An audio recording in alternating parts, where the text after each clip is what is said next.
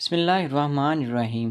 بری عورت کسی ناگن سے کم نہیں ہوتی۔ وہ انسان کو نہ صرف روتا ہوا تڑپتا ہوا چھوڑ دیتی ہے بلکہ اس پر وار کر کے دوسری بار اٹھنے کے قابل بھی نہیں چھوڑتی۔ رات کا وہ پہر مجھے کیسے بھول سکتا ہے؟ میں اپنے کمرے سے ایک اشارے پر نکلا تھا۔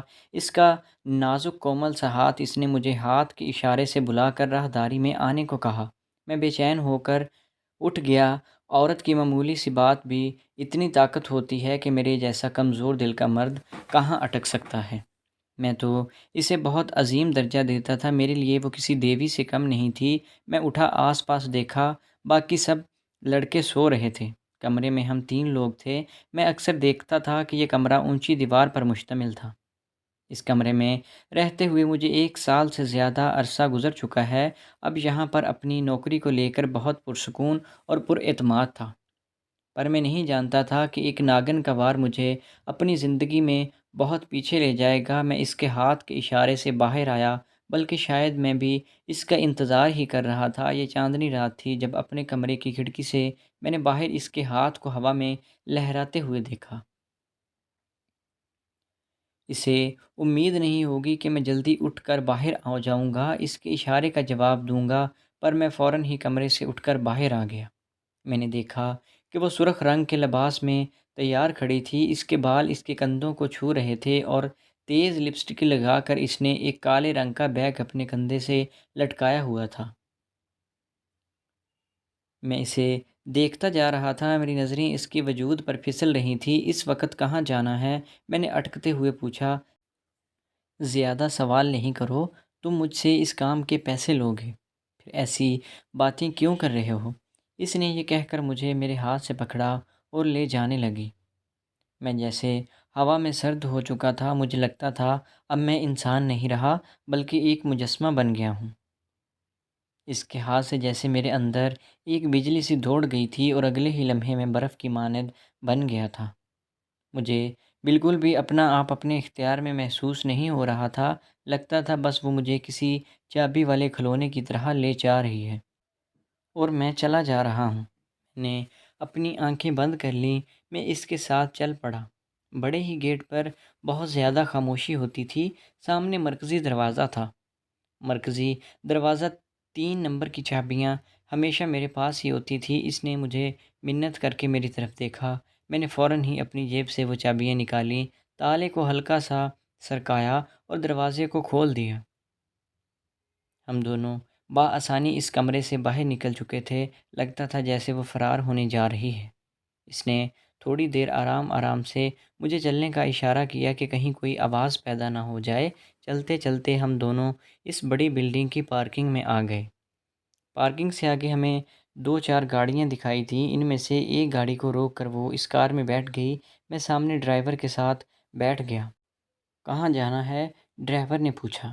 اس نے فوراً ہی قریبی موجود کیفے کا نام لیا۔ اس نے بغیر کچھ پوچھے گاڑی ادھر گھمانا شروع کر دی، پر جیسے ہی وہ فاصلہ طے ہوا آگے جا کر ڈرائیور کو گاڑی روکنا پڑی، کیونکہ 3 4 گاڑیاں قطار میں لگی کھڑی تھیں، جنہیں دیکھ کر میرا خون سوکھ چکا تھا۔ یہ تو مالک کی گاڑیاں ہیں۔ میں نے دل میں لاحول والا قوت پڑھ لیا تھا، کیونکہ میں جانتا تھا آج میں بچ نہیں سکوں گا۔ اب میرے ساتھ وہ ہوگا جو اس سے پہلے کبھی نہیں ہوا تھا۔ مجھے مالک نے روک لیا تھا اور آگے مالک کی ہی 4 گاڑیاں کھڑی تھیں۔ مالک اپنی اس گاڑی میں اپنی بیوی کو دیکھ کر بہت حیران ہوا تھا۔ تم اس وقت کہاں جا رہے ہو؟ اس کو مالک نے مجھ سے یہ پوچھا تو اس کی بیوی میری طرف دیکھ کر بولی، میں بس کافی پینے جا رہی تھی۔ یہ سن کر مالک نے مجھے غصے سے دیکھا اور بولا، میری اجازت کے بغیر تم ان چابیوں سے دروازہ کیسے کھولا اور یہاں تک آ گئے؟ تم تو اب خود کو مالک سمجھنے لگے ہو۔ تمہارا علاج تو میں وہ کروں گا کہ تمہاری نسلیں یاد رکھیں گی۔ میرے مالک کی بیوی کا سارا غصہ اس نے مجھ پر نکالا اور مجھ سے کہنے لگا، تم یہاں سے چلو، بہت برا ہو جائے گا اگر تم یہاں 1 منٹ بھی رکے۔ مجھے تو جیسے لگتا تھا میرے قدموں تلے سے زمین نکل گئی اور سر پر آسمان گرا ہو۔ میں فوراً گاڑی میں بیٹھا اور واپس اس بلڈنگ تک پہنچ آیا جہاں پر میری رہائش تھی، پر میں یہ نہیں جانتا تھا کہ یہاں میری آخری پرسکون رات ہوگی۔ میں واپس اپنے کمرے میں آیا۔ مجھے وہاں لیٹے ہوئے 2 منٹ ہی گزرے تھے کہ 3 آدمی کمرے میں گھس آئے۔ انہوں نے فوراً سے کمرے میں روشنی جلائی اور گھومتے ہوئے باہر لے گئے۔ میرے باقی ساتھی میرا قصور پوچھتے رہ گئے لیکن انہوں نے کوئی جواب نہیں دیا۔ مجھے جا کر ایک کال کوٹری میں بند کر دیا گیا۔ دل خوف سے کانپ رہا تھا۔ میرے دل میں اپنی مالکن کی تصویر آ رہی تھی جو ہر رات مجھے لے کر کہیں نہ کہیں کسی نہ کسی دکان پر چلی جاتی تھی۔ وہ مجھے باہر ہی رکھتی تھی، خود کبھی کسی لڑکے سے ملتی تو کبھی کسی لڑکی سے۔ مالک کو یہ باتیں ظاہر ہے پسند نہیں تھی۔ ایسا نہیں کہ مالک اس بات سے بالکل بے خبر تھا، وہ جانتا بھی تھا، پر میں شاید مالکن کی باتوں اور ان کی خوبصورت اداؤں میں آ گیا تھا۔ میں نے مالک کو دھوکے میں چند منٹ کی دیر بھی نہیں لگائی تھی، اور یہی میری غلطی تھی جس کی سزا مجھے مالک نے خوب دی تھی کہ میں آج تک بھول نہیں سکا۔ وہ دن مجھے کیسے بھول سکتا ہے؟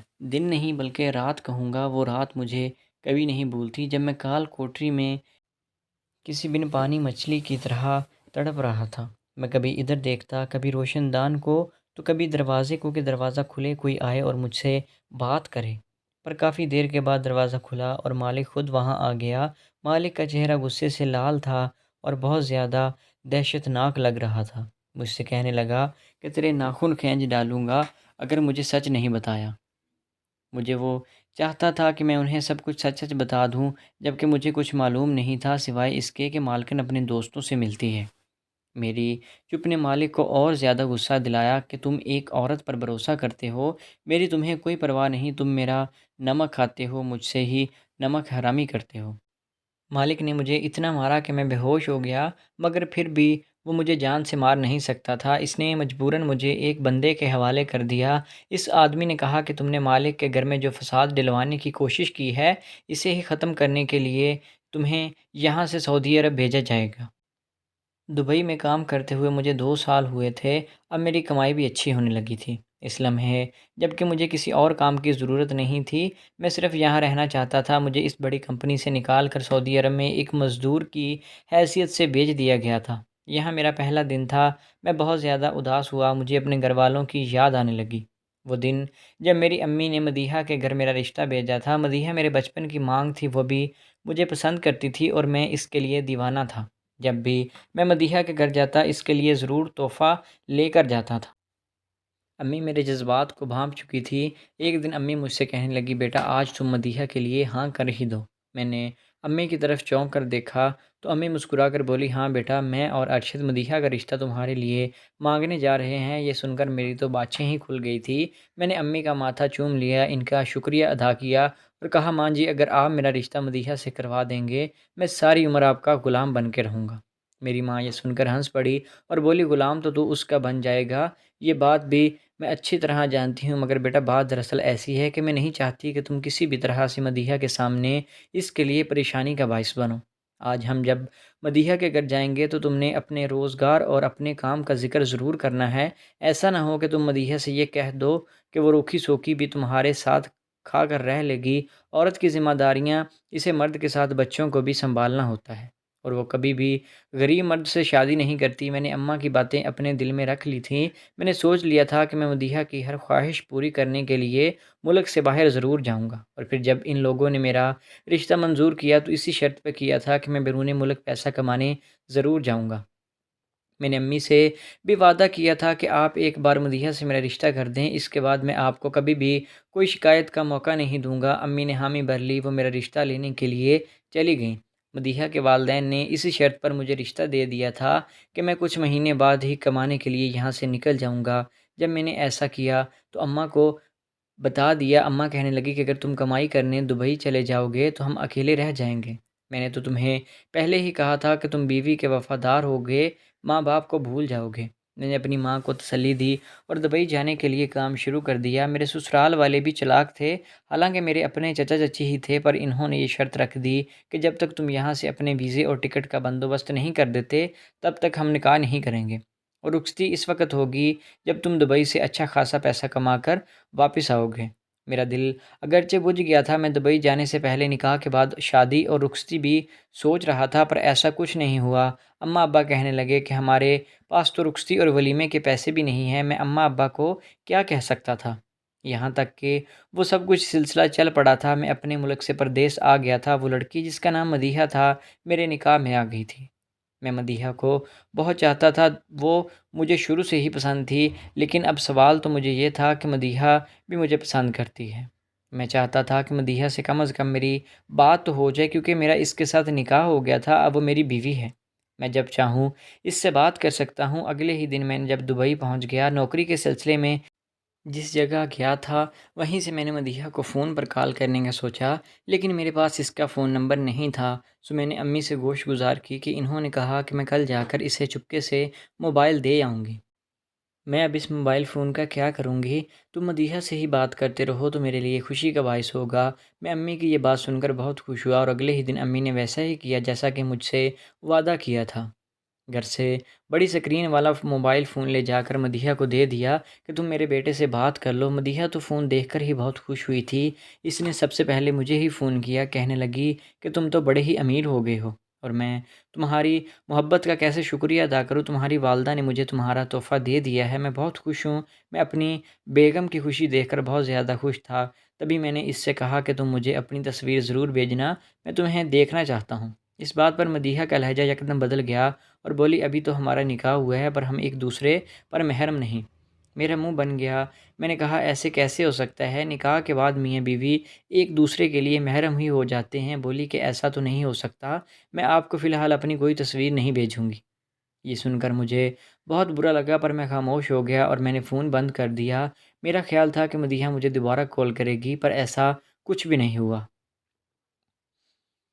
میں بہت پریشان تھا، کیونکہ مدیحہ نے جو بات کی تھی وہ میرے ذہن میں اٹک گئی تھی۔ مدیحہ کیا مجھے اپنے شوہر کے طور پر مانتی نہیں تھی؟ یہ بات مجھے بہت بری لگی تھی۔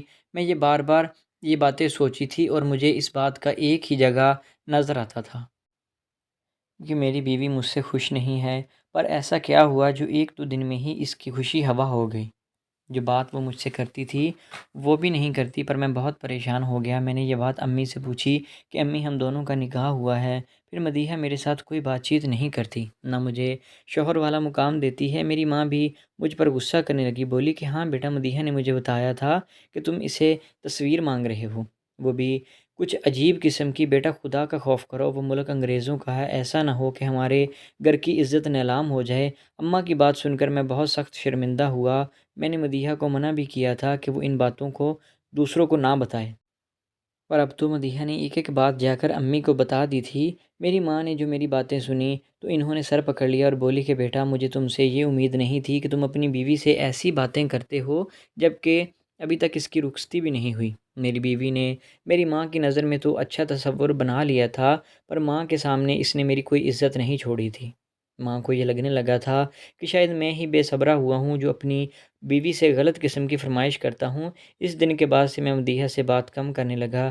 ایک، میں اس کے الزام کی وجہ سے بہت زیادہ پریشان تھا، دوسرا اس کی تصویریں نہ بھیجنے کی وجہ سے بھی۔ آخر کو وہ میری بیوی تھی، اب اماں تو پرانے زمانے کی تھی، کم از کم اسے یہ بات نہیں کرنی چاہیے تھی، میں نے دل میں سوچا تھا۔ اور پھر اسی طرح میرے شب و روز گزرنے لگے، یہاں تک کہ مدیحہ نے بھی مجھ سے بات چیت کرنا بند کر دی۔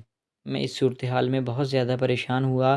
میں نے یہ بات امی کو بتائی تو امی کہنے لگی، بیٹا میں سب جانتی ہوں، تم ان سب چکروں میں مدیحہ کو ڈال کر اس سے جلد شادی کرنا چاہتے ہو، لیکن ابھی ایسا ممکن نہیں ہے۔ مدیحہ بچی تو میرے سامنے ہوتی ہے، اکثر موبائل پر ہی لگی ہوتی ہے، بلکہ باتیں بھی کرتی ہے میرے سامنے نہیں، تو میں خود اس کے سامنے تمہارا ذکر نہیں کرتی، وہ شرما جاتی ہے، لیکن وہ تم سے بات کرتی ہے۔ اب تم جان بوجھ کر اس کی شکایتیں لگا رہے ہو تاکہ میں تمہاری حمایت کروں اور جلدی ہی رخصتی کا تقاضا کروں، تمہیں وہاں سے بلا لوں اور تم یہاں کام کرنے لگ جاؤ، بس یہی کچھ میری زندگی میں چل رہا ہے۔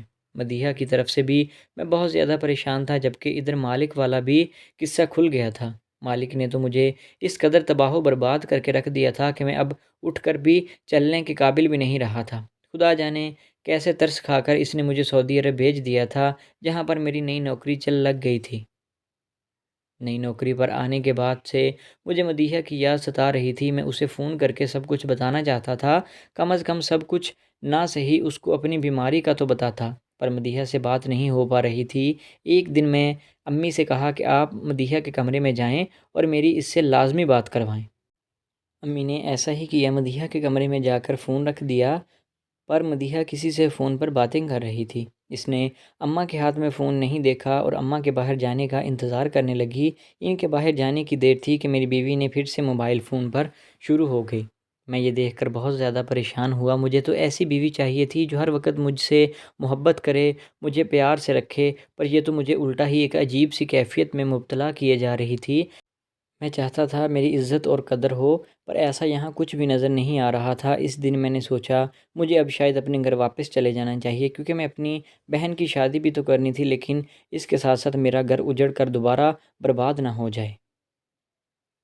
اب ظاہر ہے میری بیوی مجھ سے بات نہیں کر رہی۔ ہمارے نکاح کو 3 سال بھی ہو گئے تھے، ایسے میں اس کا مجھ سے بات نہ کرنا بڑا عجیب تھا۔ میں نے سوچ لیا تھا کہ بہت ہو گیا اماں اور ابا کے لیے، میں نے کافی کما لیا ہے، اب میں بھی تو باپ بننے کی عمر میں ہوں، مجھے بھی تو اپنے لیے کچھ کرنا پڑے گا۔ نہ جانے کیوں میری ماں باپ اپنی اولاد کے بارے میں سب کچھ بھول کر اپنے بارے میں کیوں سوچنے لگے ہیں؟ کیا وہ اتنے خود غرض ہو جاتے ہیں کہ انہیں اپنی ایک اولاد کو قربان کر دیے باقی اولادوں کا فائدہ یاد رہتا ہے؟ اس اولاد کا دکھ یاد نہیں رہتا جو قربان ہونے کے لیے آئی ہوئی ہے۔ میں گھر پہنچا تو زندگی بدل چکی تھی، سب کچھ ہی بدل گیا تھا۔ آس پاس کا ماحول اس قدر تبدیل ہو چکا تھا کہ اس میں سانس لینا بھی گوارا نہیں تھا۔ میرے ابا نے کہا کہ بیٹا تم پہلے اپنی بیوی سے مل لو، اس کے بعد تم ہمیں دوست ٹھہرانا۔ ابا کی بات سن کر مجھے شک ہوا تھا کہ کیا مطلب ابا، آپ کیا چاہتے ہیں کہ میں برخصتی کی بجائے اپنی بیوی سے ملنا ملانا شروع کر دوں؟ ابا میری بات سن کر سر جھکائے گئے اور بولے بیٹا ملنا ملانا بہت ضروری ہے، پہلے تم دونوں ایک دوسرے کو جان لو پھر رخصتی بھی ہو جائے گی۔ میں نے کہا ابا ہم 3 سال سے ایک دوسرے کو جان چکے ہیں، اب تو ہماری شادی ہونی چاہیے۔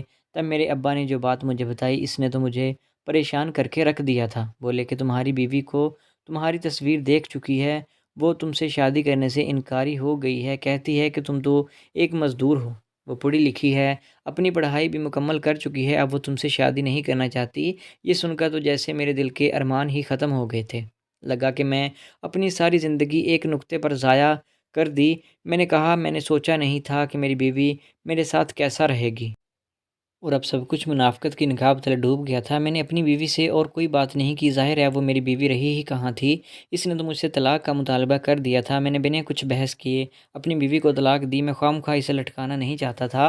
آج میں اپنی زندگی میں آگے بڑھ چکا ہوں، زندگی میں خوش بھی ہوں، پر مجھے دونوں عورتوں نے دھوکہ دیا تھا، ایک میرے مالک کی بیوی نے اور دوسری میری اپنی بیوی نے۔ میری بیوی نے میرا اتنا بھی انتظار نہیں کیا میں واپس آ کر کوئی اچھا کاروبار سیٹ کر لوں، اس نے اپنے سے کئی گنا کم درجے شوہر سے اس لیے شادی کی کہ وہ چند روپے کما سکتا ہے۔ سچ کہتے ہیں کہ عورت کی فیصلہ کرنے کی طاقت بہت کمزور ہوتی ہے۔ تو دوستو آپ کو آج کی کہانی کیسی لگی؟ امید ہے کہ ویڈیو اچھی لگی ہوگی۔ اگر ویڈیو پسند آئی تو ہمارے چینل کو سبسکرائب کریں۔ ملتے ہیں نیکسٹ ویڈیو میں، تب تک کے لیے